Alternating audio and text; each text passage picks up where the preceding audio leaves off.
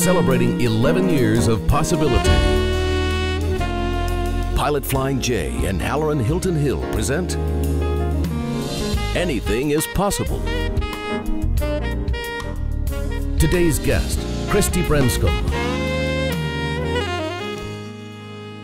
Welcome to Anything is Possible, and I was just saying to Christi Branscom how much I love to get to do this. She's our guest this week, and the reason I was telling you I love it is because I get inspired. You know, when people sit down and talk to me, there may be a bit of nerves when we start, but once we get into the conversation, it's always a blessing to me. I get inspired, and knowing a little bit about your story, I can't wait to explore it and watch it unfold on the set here today. Thank you for being here today. No, thank you for having me. I'm excited to be here. Okay, I want to start though right in. Okay. All right, and I want to start with the word cancer. Oh. Yeah. Okay. Yeah. That's a tough one. That is a tough one. So when I said that, you had three responses: yeah, and okay. And I can't imagine what that is buffering for, because I'm sure a whole raft of things went through your mind. Right. When I say that word, what do you feel? What do you remember? What do you think? I feel blessed. I feel just that some reason, by the grace of God, I'm still here. I feel honored to be able to give back to organizations that help people who are affected by cancer, such as the cancer support community. But yeah, it was a tough road. Would you tell me your cancer story? Sure, sure. I was 34 years old. I was diagnosed with stage 3 colon cancer. It was April 10th, 2000, so I'm getting ready to celebrate my 13th anniversary. It was aggressive adenocarcinoma, and I immediately had a colon resection and had chemotherapy and radiation. I was out of work for about a year. And did you lose your hair? You know, I didn't. I had 5FU, and what does that mean? That's a kind of chemotherapy, and you lose a lot of your body hair. But I did not lose all the hair on my head. It did thin, but I didn't lose it all. Did your fingernails turn black? No, but I did lose a lot of feeling and sensation in my hands and feet, my arms and legs, and you know, when you're young like that, they really give you the treatment. Yeah, they go hard. They go hard. And yeah. I was thinking about this because I was wondering what you might ask me about. And it was a tough time. I had a maximum dose of chemotherapy and radiation because I was so young and so otherwise healthy.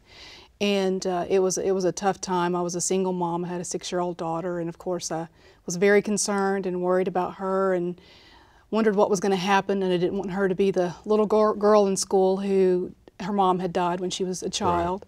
Right. But you know, as I said before, by the grace of God, you know, now, I'm here. When did you get some indication that something was wrong? You know, I didn't feel well. I was a single mom, as I said, and you know, I was working and I was always going, but I realized in the evenings I was incredibly tired. And like most single moms, I'm doing laundry at 11 o'clock at night. Right. And so I would start that and think, oh, when that flips over, you know, I'll start the next load. And I would pass out and wake up at 4 o'clock in the morning and wonder what happened. And knew something wasn't exactly right. Went to the doctor, and then they found it immediately. So, you know, it's not what you expect to hear. Right. And I think there was part of me that kind of asked, why me? You know, but then you look at all the statistics. I'm a very, I'm grounded in reality. I'm a very practical person, so I want to read the textbook. I want to see what the statistics really show. And so when I did that, it's one of those things where you go, you know, why not me? You know, there was 1 or 2 people here that this was going to happen to, and just happened to be me. Now, as a mom, a single mom with cancer, did this seem like it was compounding an already uphill kind of life? Yeah. Because I don't think anybody wants to be a single mom to begin with. Right. And you're very goal and career oriented, and you're trying to do all the heavy lifting with that. Boom, here comes cancer. Yeah, it put everything to a screeching halt. And you know, I do have high expectations of myself because there was always high expectations put on me as a child. So to know that you don't have control anymore, and to know that you you have to figure out how to deal with this, and there's no way to control it. It's tough. All you really can control is how you react to it. You really can't control what always is happening to you, but you can control how you react to it. But definitely the hardest part of this was dealing with my daughter and being on my own. With that said, I had an amazing family, have an amazing family, and I had great friends. And I did reach out to the cancer support community at that point, and they helped me a great deal. So I had a great support system, but no doubt it was How old is your daughter now? tough. Well, she turned 19 in January. Wow. Yeah. So what does she tell you about her experience as you were going? What did it do to Yeah. shape her? You know, she really didn't understand what all was going on. And I told her just enough that I thought as much as she could deal Right. with at the time. And, you know, she's 6 years old, so she's trying to understand it. You know, she came and saw me in the hospital when I was able for her to come. And she knew that Mommy was sick, but she really didn't understand it. But she also now understands why I give back to so many other organizations and why I feel it's important to give back and to help people, because she saw how many people came to our house and helped me. You know, I always tell people, you know, my hero is my brother. Why? Because when I was diagnosed, he moved in with me. Again, being a single mom, it was tough. He took care of me and my daughter. And, you know, he was a young man who was very goal-oriented and had a great career in front of him. But he knew that I needed him. Wow. I want to talk about that, because I want to talk about family, right? And we'll get to all the great stuff that you've been able to accomplish in your life. But I want to talk about family and where you and your brother and your family learned about that kind of family love, where it moves beyond words. I'm thinking about you. I'm praying for you. I'll be here for you too. I'm moving in with you. I'm here. And I'm here. That's a big deal. Right. My guest is Christi Branscom. This is Anything is Possible. This right here is Anything is Possible. We'll be back.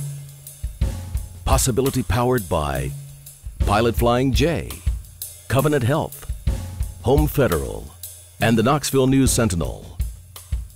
Coming up. You know, one of the first things she ever said to me is, I do not want to hear anymore that it's difficult to do business with the city of Knoxville or in the city of Knoxville. And I kind of keep that as my focus all the time. For years when I was doing talk radio, I would start my show with, I love my job. And I really love, well, it's not a job, this is what I do. It's called Anything is Possible. Christi Branscom is my guest. We were just leaving off talking about your brother being your hero, and he actually, after you were diagnosed with cancer and you're in the middle of your chemo regimens and your life coming to a grinding halt, he decides to stand in the gap for you. What's his name? Russ. Russ. Yeah. Where did you guys learn that kind of family love? Tell me about your family. Yeah, you know, my brother and I are incredibly close. And I think that started when we were growing up. You know, my parents got divorced when we were young. And my mom worked a lot of hours. And so I ended up helping to raise my brother. And so he and I, from that point, have always been very, very close. I think people who have been raised in families who've gone through divorces, which so many of us have, they probably understand that. Siblings get very close. You got to watch out for each other and take care of each other, and we really did. Wow. I'm very close to my sister the same way, and my sister is a cancer survivor, and Right. I always tell people, when one person in the family has cancer, we all have cancer, Everybody. because we all have a role to play in that healing and recovery. Well, you made it through that, though. Yes. You have a law degree, you are a developer, you worked with your dad's company, you had your own construction company. Where do you find the strength to get all of that done with all of that going on in your life? How do you keep going? How do you find that possibility? You know, great people. I have great people surrounding me. And everything that we've been able to do at Partners Development, that's the company my brother and I have together that my father started, it starts with people. We have a great staff. We have great people watching out for us, and we are very close. It is like a family at our companies. You know, I did take a leave of absence and join the administration for the city of Knoxville, but I felt comfortable doing that because I had my brother at Partners Development running things, and then my husband, who's equally wonderful, is running Grace Construction while I'm gone. So they allowed me to be able to leave and do something different. But it really, it comes down to people. It's people. All right, because I got a question for you coming up about that, though. So let me ask you this. Grace Construction.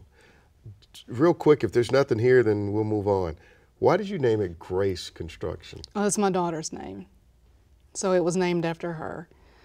You know, we were thinking about names. That name kept popping up, and I thought, you know, is that too corny? Is that, does that, you know, should it be something, you know, more? And finally just kept coming to that and realized, okay, this is the answer. All right, that's good. It needs to be named after her. Hi, Grace. That one's for you. All right, so now, Director of Public Works for the City of Knoxville.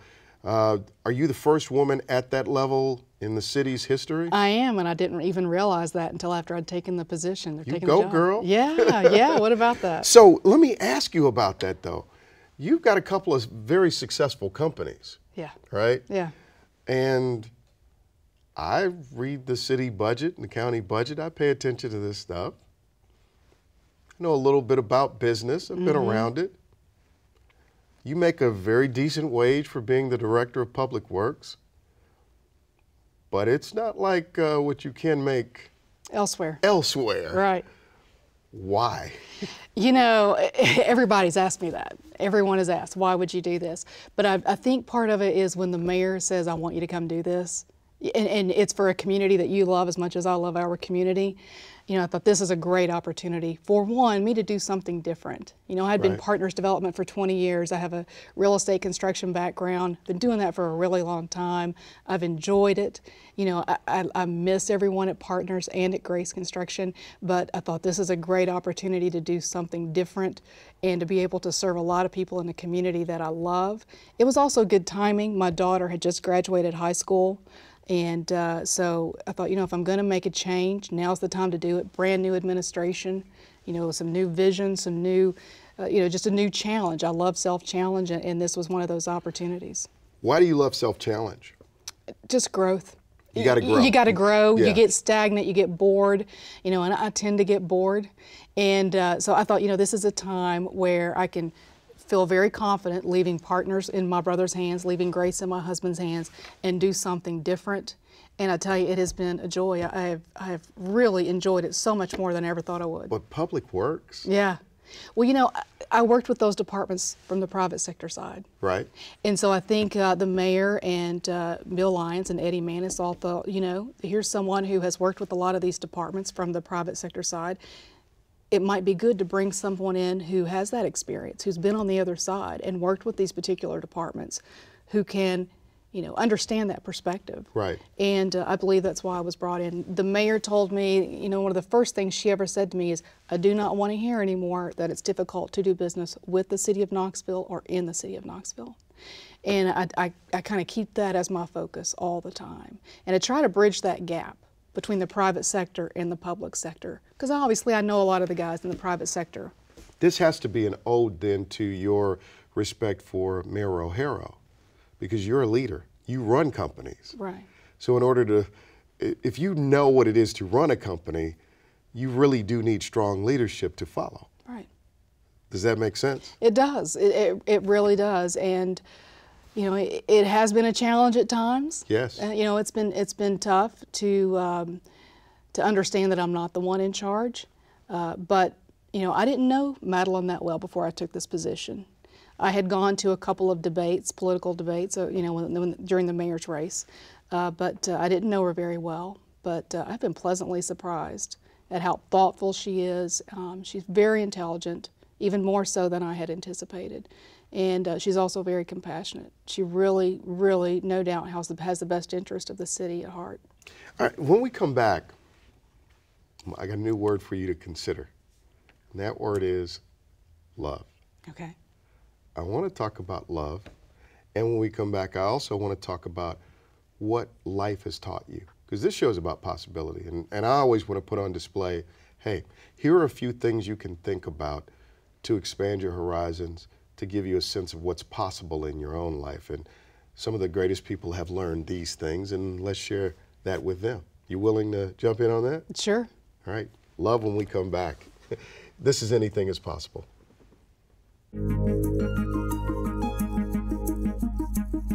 Coming up. I wish I had had more confidence earlier on. I wish I had believed in myself more than I did, because I was smarter than I thought I was. Welcome back to Anything is Possible. I wish you could have been here during the break. We just had a great laugh about love. Your reaction, Christi Branscom is my guest. Your reaction was, you just threw me out of my comfort zone. I could talk about the facts, the figures, the struggle, but love. Love. I could talk about business and I could talk about all the other things. Just love. Ooh. Sounds like you know a lot about love, though. You may just not be one of those people that likes to talk about. I think that's probably accurate. I think that is accurate. Yeah. Yeah. Because you mentioned, like here's the through line I see in your story. Trust.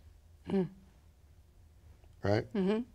So it seems to me that you felt strong enough to fight cancer because you had such a great, loving, supporting network around you that you could, okay, I can throw myself into the healing process because I trust the people around me. My daughter's going to be okay. My life's going to be okay. And then when you take the job with the city, you felt comfortable stepping back from your companies because you said you trust your brother and you trust your husband. And love is rooted in trust. I mean, that's the, that's the gravy on that biscuit. Yeah. So when I say the name Scott, knowing that he's going to watch this interview and be chuckling, I mean, what is he thinking right now as he's watching? I think he's laughing because he knows how uncomfortable this makes me. When I say Scott and love, you see your face. You may not know how to talk about it, but your face is just lit up. Yeah. Well, here's what I will say about Scott. He gives unconditional love. He really, really does. And I wish I could be more like that. I mean, I come in, it seems like, every other day with something else we're going to do or something else I'm going to try, or I'm going to go work for the city now, or whatever it is. And by golly, he supports me no matter what. So just really great unconditional love from him. Let me say, I don't know that I've ever done this on the show before, but let me say something about that. There has to be something about you that inspires that in others.